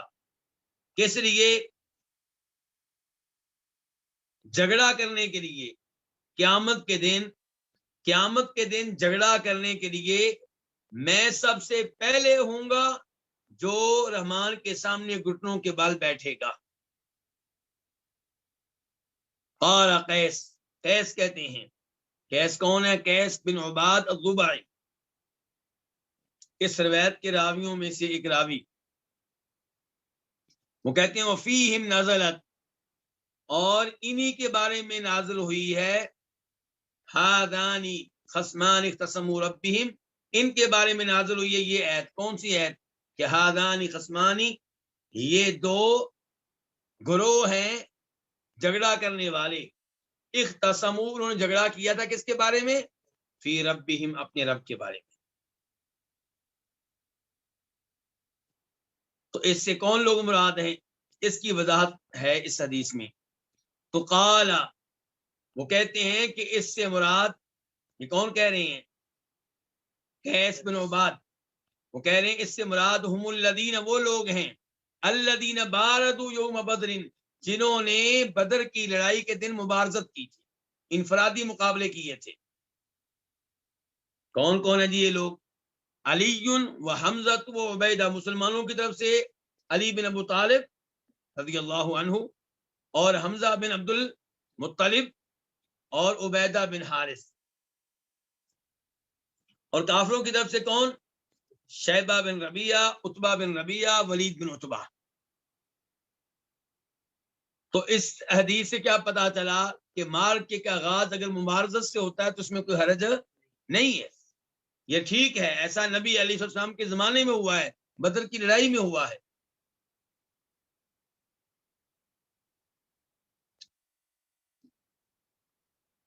مشہور روایت کے مطابق جناب علی کا مقابلہ ہوا تھا ولید بن عتبہ سے، کیونکہ ادھر سے جناب علی عمر کے لحاظ سے چھوٹے تھے اور ادھر سے ولید بن عتبہ چھوٹا تھا، اور حمزہ رضی اللہ عنہ کا مقابلہ ہوا تھا شیبہ بن ربیعہ سے، اور عبیدہ بن حارث کا مقابلہ ہوا تھا عتبہ بن ربیعہ سے، اور مسلمان تینوں کے تینوں اس مارکے میں کامیاب ٹھہرے، اور تینوں نے اپنے اپنے مخالفین کو کیا کیا تھا؟ قتل کیا تھا۔ اس کے بعد باب نمبر 4، باب وصف عام للمعرکہ، مارکے کا عام بیان۔ کون سا مارکہ مراد ہے؟ بدر، یعنی کہ غزوہ بدر کا عام بیان کہ کیسے مارکہ ہوا، اس میں کیا کچھ ہوا، اس کا عام تذکرہ۔ حدیث نمبر 1644 1644 میم، اس حدیث کو روایت کرنے والے امام کون سے؟ امام مسلم۔ عن عبداللہ ابن عباس رضی اللہ عنہما قال، روایت عبداللہ ابن عباس سے، وہ کہتے ہیں حدثنی عمر بن الخطاب، مجھے حدیث بیان کی کس نے؟ عمر بن خطاب۔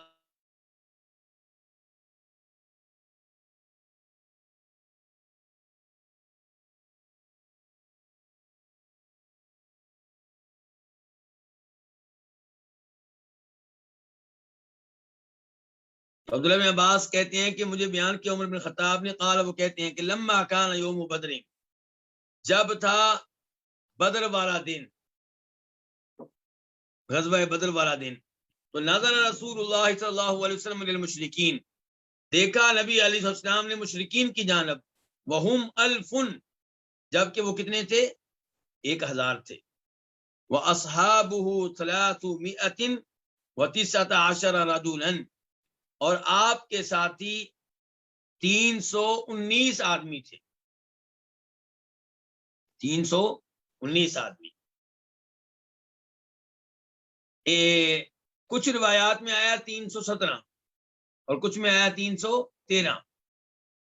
تو اس بارے میں امام قسطلانی کہتے ہیں کہ ان روایات میں کوئی تعارض نہیں ہے، کیونکہ جس روایت میں اضافی عدد آیا ہے، اور وہ کون سی ہے ہمارے والی، کتنی؟ ہاں جی 319، تو یہ جو ہے یہ یقینی ہے، یہ کیا ہے؟ یہ یقینی ہے، جن کے مثال کے طور پہ کسی کی گنتی ہوگی پہنچی ہوگی کہاں تک؟ 313 تک، کسی کی 317 تک، اور کسی کی 319 تک۔ تو 319 جو ہے یہ یقینی ہے، کسی نے کم کہہ دیے ہیں تو اس میں کوئی حرج نہیں ہے۔ کم کہنے والے نے یہ نہیں کہا کہ اس سے زیادہ نہیں تھے، اس نے اپنی تعداد بتائی ہے جو اس کو سمجھ آئی۔ فاستقبل نبی اللہ صلی اللہ علیہ وسلم القبلہ، تو نبی علیہ السلام نے قبلے کا رخ کیا، ثم مد یدیہ، پھر آپ نے اپنے ہاتھ پھیلا دیے، کس کام کے لیے؟ دعا کے لیے۔ اس سے کیا پتا چلا کہ دعا کے موقع پہ بہتر یہ ہے کہ آپ کا رخ کدھر ہو؟ قبلے کی طرف ہو، لیکن قبلے کی طرف نہ بھی ہو تو دعا کرنا جائز ہے، اس میں کوئی حرج نہیں ہے۔ لیکن کسی قبر کا رخ کرنا دعا کے لیے یہ کہیں سے ثابت نہیں. ثم مد یدیہ فجعل یہتف بربہ، تو آپ اپنے رب کو پکارنے لگے، اونچی اونچی آواز سے اپنے رب کو پکارنے لگے. کیا کہہ رہے ہیں جی آپ؟ اللہم اے اللہ، انجز لی ما وعدتنی، میرے لیے پورا کر دے جو تو نے مجھ سے وعدہ کیا ہے. کیا وعدہ کیا ہے؟ مدد کا. جو تو نے مجھ سے مدد کے وعدے کیے ہیں یا اللہ وہ آج پورے کر دے. اللہم آت ما وعدتنی، اے اللہ مجھے دے جس کا تو نے مجھ سے وعدہ کیا ہے، کہ تو نے وعدہ کیا تھا کہ حق کو غالب کروں گا. اللہم ان تہلک ہذہ العصابہ من اہل الاسلام، اے اللہ اگر اہل اسلام کی یہ چھوٹی سی جماعت ہلاک ہو گئی تو لا تعبد فی الارض، تو زمین پہ تیری عبادت نہیں ہو سکے گی. یہاں پہ غور کریں گے، دعا ہے کس کی؟ ہمارے نبی کی صلی اللہ علیہ وسلم، اور نقل کیا اسے صحابہ کرام نے. تو کیا کبھی آپ نے کسی بھی نبی کو دیکھا ہے؟ انبیاء کرام کی دعائیں قرآن میں بھی آئی ہیں، احادیث میں بھی آئی ہیں. کیا کسی آیت میں یا صحیح حدیث میں کوئی ایسی دعا آئی ہو کسی نبی نے اللہ کے علاوہ کسی اور کو پکارا ہو اور کہا ہو کہ تو اللہ سے لے کر دے، اور جس کو پکارا ہو وہ فوت شدہ ہو؟ ایسا آپ کو نہیں ملے گا. یہاں پہ بھی دیکھ لیجیے، نبی علیہ السلام براہ راست اللہ سے مانگ رہے ہیں کہ اللہ میرے لیے پورا کر دے جو تو نے مجھ سے وعدہ کیا ہے. اے اللہ مجھے دے جس کا تو نے مجھ سے وعدہ کیا ہے. اے اللہ اہل اسلام کی یہ چھوٹی سی جماعت اگر ہلاک ہو گئی تو زمین پہ تیری عبادت نہیں ہو سکے گی. زمین پہ، آسمان والے تو ہیں کون، اور زمین پہ بھی مراد کون ہے؟ انسان. ورنہ ہر چیز جو ہے وہ اللہ کی تسبیح بیان کر رہی ہے. اللہ تعالیٰ کسی کی عبادت کے محتاج نہیں ہے. فما زال یہتف بربہ، تو آپ مسلسل اپنے رب کو پکارتے رہے. مادن یدیہ، اس حال میں کہ آپ نے اپنے ہاتھ پھیلائے ہوئے تھے. مستقبل القبلہ، قبلہ کا رخ کیے ہوئے تھے. حتی سقط رداؤہ عن منکبیہ، یہاں تک کہ آپ کی چادر آپ کے کندھوں سے گر گئے. فاتاہ ابو بکر، تو آپ کے پاس ابو بکر آئے. فاخذ رداءہ، انہوں نے آپ کی چادر پکڑی. فالقاہ، تو اسے ڈالا. علی منکبیہ، آپ کے دونوں کندھوں پہ. ثم التزمہ من ورائہ، پھر وہ آپ سے چمٹ گیا آپ کے پیچھے سے. جناب ابو بکر نے پیچھے سے آ کے آپ کو، کہ آپ یوں کہیں کہ جفا ڈال لیا، اپنا سینہ آپ کے ساتھ لگا لیا، آپ کے ساتھ چمٹ گئے. وقال، اور کہا، یا نبی اللہ، ہے اللہ کے نبی، کذاک مناشدتک ربک، کافی ہے آپ کو آپ کا اپنے رب سے یہ دعائیں کر لینا. یہ کافی، جتنی دعائیں کرنی ہے کافی ہیں. انشاءاللہ اللہ آپ کی دعا قبول کرے گا. یعنی کہ ابو بکر صدیق کو آپ پہ ترس آ رہا تھا کہ آپ اتنی دیر سے دعائیں کر رہے ہیں، اس قدر آپ اللہ تعالیٰ کو پکار رہے ہیں، تو اب آئے ہیں اور آپ کو پیچھے سے آپ کے ساتھ چمٹ گئے ہیں اور کہہ رہے ہیں اللہ کے نبی کذا کا یہ لفظ اس روایت میں آیا ہے. کچھ روایات میں لفظ آیا کفا کا، کچھ میں آیا حسبو کا. تو سب کا معنی مفہوم کیا ہوگا؟ کافی ہے. تو آپ کے لیے کافی ہے آپ کا اپنے رب کو پکارنا. فَإِنَّهُ سَيُنْجِزُ لَكَ مَا وَعَدَكَ، یقیناً وہ آپ کے لیے پورا کر دے گا جو اس نے آپ سے وعدہ کیا ہے. فَأَنزَلَ اللَّهُ، تو اللہ تعالیٰ نے یہ آیت نازل کی. کیا آیت؟ اِذْ تَسْتَغِیثُونَ رَبَّکُمْ، جب تم اپنے رب سے فریاد کر رہے تھے. فَاسْتَجَابَ لَكُمْ أَنِّي مُمِدُّكُمْ، تو اس نے تمہاری فریاد کو قبول کیا، تمہاری دعاؤں کو قبول کیا. کیسے؟ یہ جواب دے کر کہ انی ممدکم، کہ میں تمہاری مدد کروں گا. بِأَلْفٍ مِّنَ الْمَلَائِکَةِ، کتنے فرشتوں کے ساتھ؟ 1000 فرشتوں کے ساتھ. مردفین، یکے بعد دیگرے آنے والے، مسلسل آنے والے 1000 فرشتوں کے ساتھ تمہاری مدد کروں گا.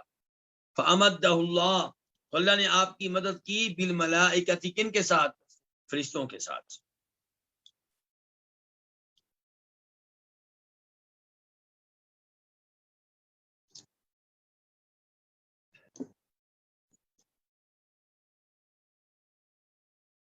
قال ابن عباس، عبداللہ ابن عباس کہتے ہیں بینما رجل من المسلمین یومئذ یشتد فی اثر رجل من المشرکین امامہ. اللہ نے فرشتوں کے ذریعے جو مدد کی ہے نا، اس کی کچھ وضاحت اب آ رہی ہے کہ عبداللہ بن عباس کہتے ہیں کہ جب کہ مسلمانوں میں سے ایک آدمی یوم دن، اس دن، یشتد دوڑ رہا تھا، فی اثر رجل مشرکین، مشرکینوں کے ایک آدمی کے پیچھے، امامہ، جو اس کے آگے آگے تھا. کس کے آگے تھا؟ مسلمان کے آگے. مسلمان دوڑ رہا ہے، مشرک آگے آگے ہے، مسلمان اس کا پیچھا کر رہا ہے. تب کیا ہوا؟ اذ سامیا، تب اس نے سنی، کس نے؟ مسلمان نے، ضربتم بالصوت فوقہ، اپنے اوپر سے کوڑا لگنے کی ضرب، آواز سنی کس چیز کی؟ کوڑا لگنے کی. وصوت الفارس، اور گھڑ سوار کی آواز سنی، یقول، جو کہہ رہا تھا اقدم حیزوم، اے حیزوم آگے بڑھ. فنظر الی المشرک امامہ، اب اس مسلمان نے اس مشرک کی طرف دیکھا جو اس کے آگے تھا. فخر مستلقیا، تو وہ گرا پڑا ہے. کیسے؟ اپنی پشت کے بل، وہ زمین پہ گرا پڑا اپنی پشت کے بل. فنظر الیہ، تو مسلمان نے اسے دیکھا. فاذا ہوا، تو اچانک وہ مشرک جو ہے، قد ختم انفہ، اس کے ناک پہ نشان لگا ہوا ہے. وشق وجہہ، اور اس کا چہرہ پھٹا ہوا ہے. کضربۃ الصوت، کوڑا لگنے کی ضرب کی طرح، یہ کہ جیسے کوڑا لگتا ہے نا، تو اسی طرح ان کو اس کا جو ہے وہ چہرہ کیا ہے؟ پھٹا ہوا ہے. فخضر ذلک جمعہ، اور یہ ساری جگہ کیا ہو چکی ہے؟ سبز ہو چکی ہے. جہاں جہاں پہ وہ کوڑا لگا ہے وہ جگہ کیا ہو چکی ہے؟ سبز ہو چکی ہے.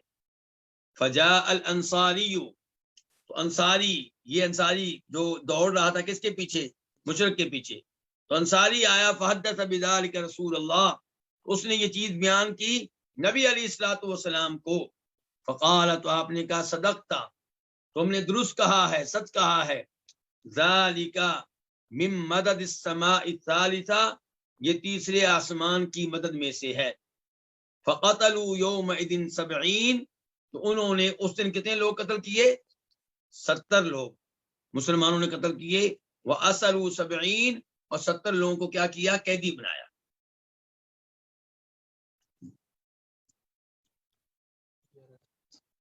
قال ابن عباس، تو یہ آپ نے ان کا مثال دیکھ لی ہے کہ کس طرح فرشتوں نے مسلمانوں کی مدد کی ہے.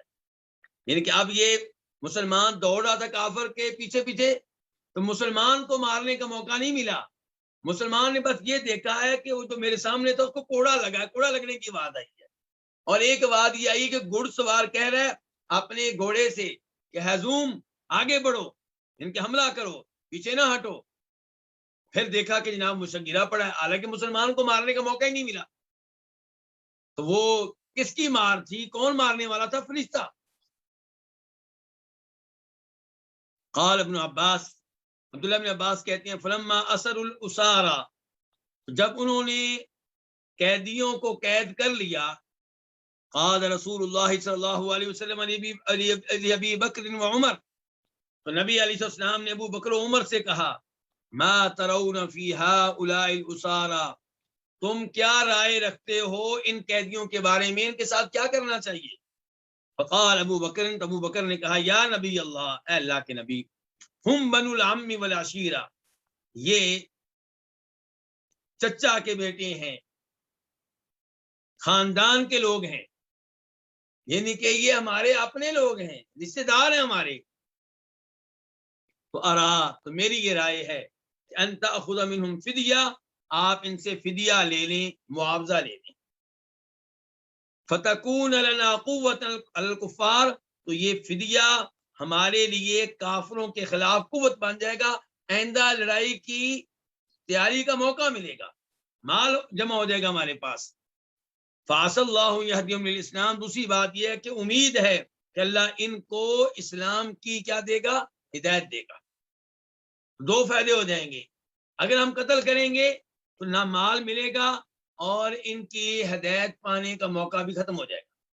تو اگر ہم فدیہ لے لیں، ان کو زندہ رہنے کا موقع دیں، تو ہو سکتا ہے یہ مسلمان ہو جائیں اور مال سے بھی ہم فائدہ اٹھائیں گے۔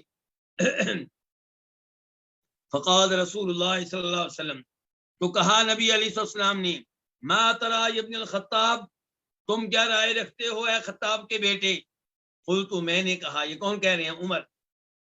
میں نے کہا، لا واللہ، نہیں اللہ کی قسم اے اللہ کے رسول، ما ارى الذي راى ابو بکر، میں وہ رائے نہیں رکھتا جو رائے ابو بکر نے پیش کی ہے۔ ولکنی ارى، لیکن میں یہ رائے رکھتا ہوں، ان تمکننا، کہ آپ ہمیں کنٹرول دیں، کن پہ؟ ان قیدیوں پہ۔ فنضرب اعناقهم، تو ہم ان کی گردنیں اڑائیں، ان کو قتل کریں۔ فتمکن علی من عقیل، چنانچہ آپ علی کو کنٹرول دیں کس پہ؟ عقیل پہ، جو ان کا بھائی ہے۔ فیضرب عنقہ، تو یہ اس کی گردن اتاریں اپنے سگے بھائی کی۔ وتمکنی من فلان نصیبا لعمر فاضرب عنقہ، اور آپ مجھے کنٹرول دیں فلاں شخص پہ۔ راوی کہتے ہیں کہ حضرت عمر نے نام لیا اپنے کسی رشتہ دار کا، نصیبا لعمر، اپنے کسی قریبی نسب والے رشتہ دار کا نام لیا، کہا مجھے فلاں شخص پہ آپ کنٹرول دیں، فاضرب عنقہ، تو اس کی گردن میں اتاروں۔ فإن هؤلاء أئمة الكفر وصناديدها، کیونکہ یہ کفر کے امام ہیں اور یہ کیا ہیں؟ کفر کے کیا ہیں؟ سردار ہیں۔ فحوی رسول اللہ صلی اللہ علیہ وسلم ما قال ابو بکر، تو نبی علیہ الصلوۃ والسلام نے پسند کیا اس بات کو جو کس نے کہی تھی؟ ابو بکر نے کہی تھی۔ ولم یہوى ما قلت، اور آپ نے اس بات کو پسند نہیں کیا جو میں نے کہی تھی۔ کون کہہ رہے ہیں؟ عمر فاروق۔ فلما کان من الغد، جب آئندہ دن تھا، اگلا روز تھا، جیتو، میں آیا، فاذا رسول اللہ صلی اللہ علیہ وسلم ابو بکر قاعدین یبکیان، تو اچانک کیا دیکھتا ہوں کہ اللہ کے رسول صلی اللہ علیہ وسلم اور ابو بکر بیٹھے ہیں، رو رہے ہیں۔ قلت، میں نے کہا، یا رسول اللہ، اللہ کے رسول، اخبرنی، مجھے بتائیے، من ای شیء تبکی، کس وجہ سے رو رہے ہیں؟ انت، آپ، وصاحبک، اور آپ کے یہ ساتھی ابو بکر۔ فإن وجدت بکاء بکیت، اگر میں نے رونا پایا تو رو لوں گا، یعنی کہ اگر مجھے رونا آ گیا تو میں رو لوں گا۔ وإن لم اجد بکاء، اور اگر میں نے رونے کو نہ پایا، رونا نہ آیا، تباکیت لبکائکما، تو میں آپ دونوں کے رونے کی وجہ سے رونے کی شکل بنا لوں گا، ٹھیک ہے، مجھے بھی شریک کریں اس کام میں۔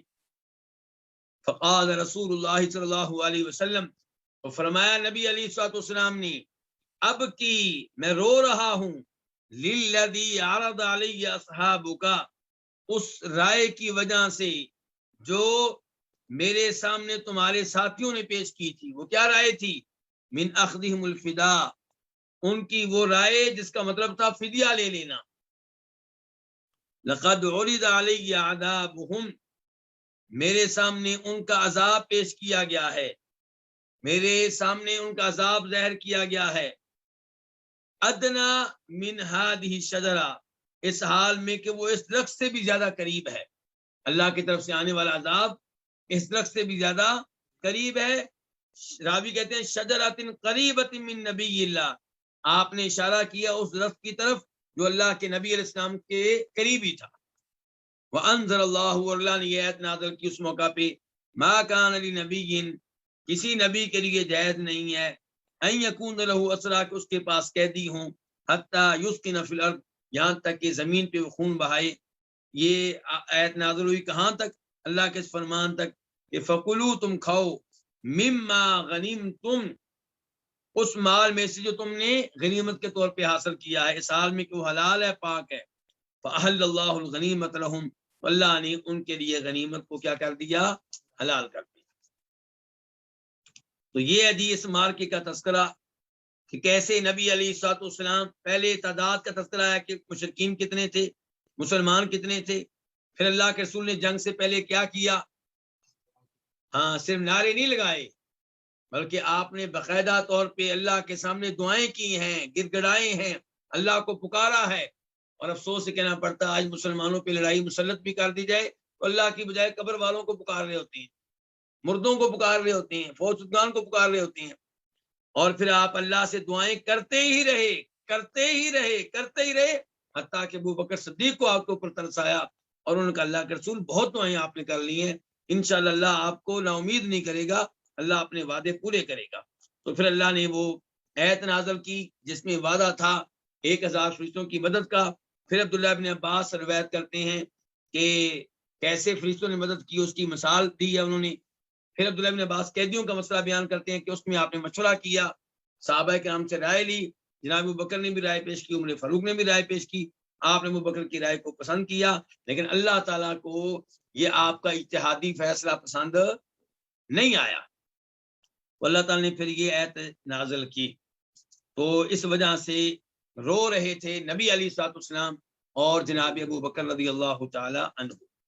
تو انشاءاللہ مزید اس مارکے کے بارے میں احادیث جاری و ساری رہیں گی۔ آج ہم یہیں پہ اکتفا کرتے ہیں۔ اللہ رب العزت ہمیں قرآن و حدیث سمجھنے کی توفیق عنایت فرمائے، اور اللہ رب العزت ہمیں استقامت دے اس مسئلے میں۔ یہ جو سوال عبد المحسن بھائی آپ نے لکھ کر بھیجا ہے میں دیکھ نہیں سکا، بس آخر میں یہ دیکھا ہے کہ آپ نے لکھا ہے کہ کسی خاتون نے پوچھا ہے، کیا پوچھا ہے میں نہیں دیکھ سکا، تو بہرحال آپ واٹس ایپ پہ بھیج دیجیے گا تو انشاءاللہ میں جواب دینے کی کوشش کروں گا۔